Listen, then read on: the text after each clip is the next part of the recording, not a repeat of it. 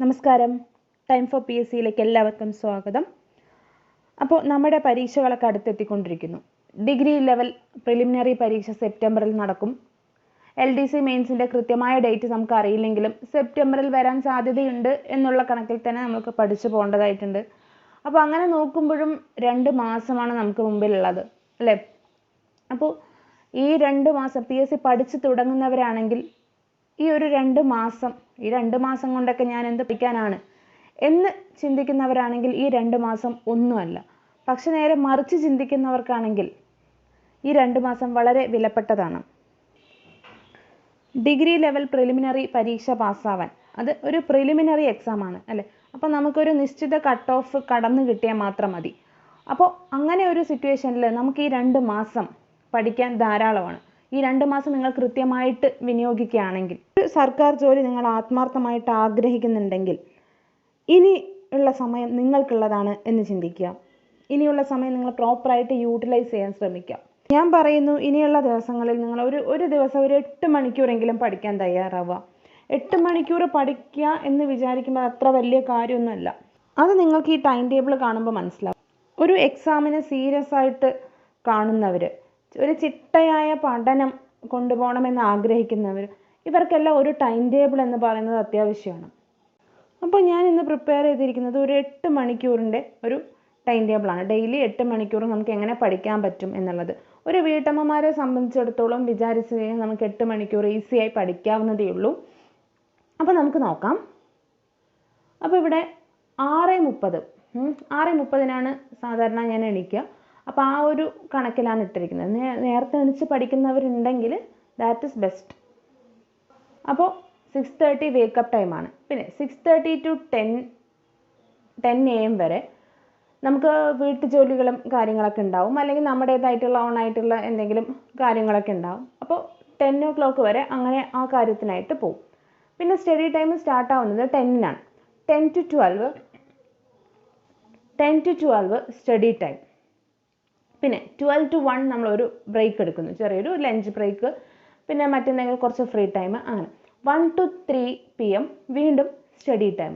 അപ്പോൾ അവിടെ ഒരു 2 hours, ഇവിടെ ഒരു 2 hours നമ്മൾ പഠിക്കുന്നു, രാവിലെയും ഉച്ചയ്ക്കായിട്ട്. അത് കഴിഞ്ഞ് 3 to 4 വീണ്ടും ബ്രേക്ക് വരുന്നു. പിന്നെ 4 to 6 സ്റ്റഡി ടൈം. പിന്നെ 6 to 8 നമ്മുടെ ഡിന്നറിന് റെഡിയാക്കേണ്ട കാര്യങ്ങളും, ഇപ്പോൾ വീട്ടമ്മമാരാണെങ്കിൽ അവർക്ക് എന്തെങ്കിലും ജോലി ഉണ്ടാവും വൈകുന്നേരത്തൊക്കെ. പിന്നെ മക്കളുടെ കാര്യങ്ങളൊക്കെ നോക്കാനുണ്ടാവും. അപ്പോൾ അതൊക്കെയാണ് 6 to 8 PM. അത് കഴിഞ്ഞ് 8 to 10 വീണ്ടും സ്റ്റഡി ടൈം. അപ്പോൾ ഇപ്പം തന്നെ നമ്മളിപ്പോൾ 8 മണിക്കൂർ നമ്മളിവിടെ എടുത്തു കഴിഞ്ഞു സ്റ്റഡി ടൈമിന് വേണ്ടിയിട്ട്. അപ്പോൾ ഇതിൽ നമുക്ക് എല്ലാ ദിവസവും ഒരേപോലെ ഇങ്ങനെ ഫോളോ ചെയ്യാനൊന്നും പറ്റില്ല. നമ്മുടെ ജീവിതമാണ്, അല്ലേ? ഓരോ ദിവസവും എന്തൊക്കെ സംഭവിക്കുന്നു, എന്തൊക്കെ കാര്യങ്ങൾ വരുന്നു, ഇതൊന്നും നമുക്ക് മുൻകൂട്ടി പറയാനൊന്നും പറ്റില്ല. അപ്പോൾ ഇങ്ങനെ വല്ല ഇടയ്ക്ക് നമുക്ക് ബ്രേക്ക് വരികയാണ്, ഇടയ്ക്ക് സ്റ്റഡീസ് നമ്മൾ വിചാരിച്ച ടൈമിൽ നമുക്ക് പഠിക്കാൻ പറ്റില്ല, അങ്ങനെയൊക്കെ ഉണ്ടെങ്കിൽ ആ പോർഷൻസ് കവർ ചെയ്യാൻ വേണ്ടിയിട്ടുള്ളതാണ് ലാസ്റ്റ് 10 to 12 PM എന്ന് ഞാൻ പറഞ്ഞത്. അപ്പോൾ ഈ 10 to 12 PM നേരത്തെ എണീക്കുന്നവർക്കാണെങ്കിൽ എടുക്കേണ്ട ആവശ്യമില്ല. അത് അവർക്ക് ആ സമയത്ത് കോമ്പൻസേറ്റ് ചെയ്യാവുന്നതേ ഉള്ളൂ. അപ്പോൾ അല്ലാത്തവർക്ക് 10 to 12 അത് ശരിയാക്കി എടുക്കാം. അപ്പോൾ ഇതിനെ തന്നെ ഞാനൊരു സ്റ്റഡി ടൈമിൻ്റെ മാത്രം ആയിട്ടൊന്ന് സെപ്പറേറ്റ് ചെയ്തെടുത്തിട്ടുണ്ട്. അപ്പോൾ നമ്മളിവിടെ ഒരു ദിവസത്തിൽ 4 സ്ലോട്ടുകളായിട്ടാണ് നമ്മൾ ഈ 8 hours പഠിക്കാനായിട്ട് എടുക്കുന്നത്. അപ്പോൾ അതിൽ ഒരു സമയത്ത് നമ്മൾ റിവിഷനും, അതായത് ഫസ്റ്റ് 2 hours നമ്മൾ റിവിഷനും ചെയ്യണം. ലാസ്റ്റ് ഡേ പഠിച്ച കാര്യങ്ങൾ റിവൈസ് ചെയ്യുക. പിന്നെ ഡെയിലി കറണ്ട് അഫെയർസ് പഠിക്കണം. ഏതിനാണെങ്കിലും കറണ്ട് അഫെയർസ് ഇപ്പോൾ ഇമ്പോർട്ടൻ്റ് ആണ്. അപ്പോൾ കറണ്ട് അഫെയർസ് ഡെയിലി പഠിക്കുക. അപ്പോൾ റിവിഷനും കറണ്ട് അഫെയർസും. പിന്നെ ബാക്കിയുള്ള 3 ടൈമിൽ നമുക്ക് 3 ഡിഫറെൻറ്റ് സബ്ജക്ട്സ് പഠിക്കാം. അപ്പോൾ ഒരുപാട് ബോറിംഗ് ആയിട്ട് ഉണ്ടാവില്ല. അപ്പോൾ 3 ഡിഫറെൻറ്റ് സബ്ജക്ട്സ് നമ്മൾ പഠിക്കുന്നു. അപ്പോൾ 10 to 12 ഒരു സ്ലോട്ട്, 1 to 3, 4 to 6, 8 to 10, അങ്ങനെയാണ് 4 സ്ലോട്ട്സ് വരുന്നത്.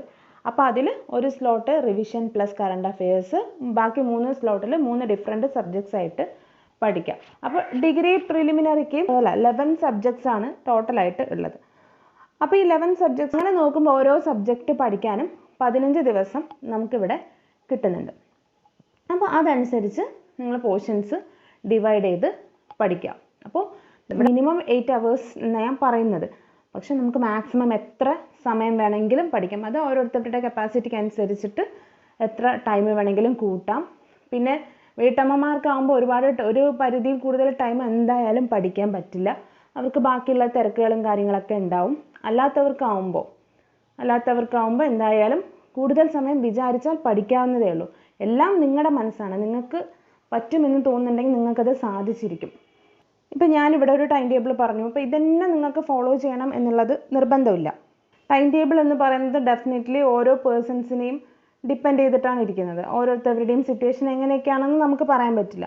അപ്പോൾ അവർ അതിനനുസരിച്ചുള്ള ഒരു ടൈം ടേബിൾ സെറ്റ് ചെയ്യുന്നതായിരിക്കും ബെസ്റ്റ്. അപ്പോൾ ഞാനിപ്പോൾ പറയുന്നത് ജനറലൈസ് ചെയ്തിട്ട് ഒരു ടൈം ടേബിൾ പറഞ്ഞു തന്നത് മാത്രം.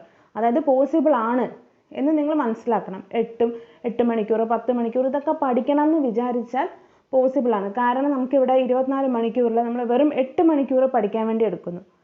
ബാക്കി ഒരു 7 മണിക്കൂർ നമുക്ക് ഉറങ്ങാൻ വേണ്ടി എടുക്കാം. അങ്ങനെ പോയാലും ബാലൻസ് അവിടെ 9 മണിക്കൂറുണ്ട്. അപ്പോൾ ഇത്രയും ബാക്കിയുള്ള കാര്യങ്ങളൊക്കെ ചെയ്യാനാണ് ഈ 9 മണിക്കൂർ എന്ന് പറഞ്ഞത്. അങ്ങനെ നിങ്ങൾ ചിന്തിച്ച് നോക്കുക.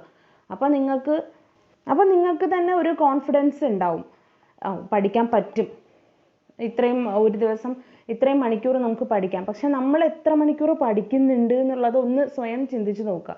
ചിലപ്പോൾ 2 മണിക്കൂറായിരിക്കും, ചിലപ്പോൾ 1 മണിക്കൂറായിരിക്കും. ചിലപ്പോൾ നമ്മൾ പറയും ചില ദിവസങ്ങളിൽ പഠിക്കാനേ സമയമില്ല എന്ന്. അപ്പോൾ ഇതൊക്കെ ആരുടെ മിസ്റ്റേക്കാണ് എന്ന് നമ്മൾ സ്വയം ചിന്തിച്ച് നോക്കുക. ഓക്കെ, അപ്പോൾ എല്ലാവർക്കും നന്നായി പഠിക്കാൻ പറ്റട്ടെ. വിചാരിക്കുന്ന എക്സാം എല്ലാവർക്കും ക്രാക്ക് ചെയ്യാൻ സാധിക്കട്ടെ എന്ന് പ്രാർത്ഥിക്കുന്നു. ഒപ്പം നമ്മുടെ ചാനൽ കൂടെ ഒന്ന് സപ്പോർട്ട് ചെയ്യുക. Thank you.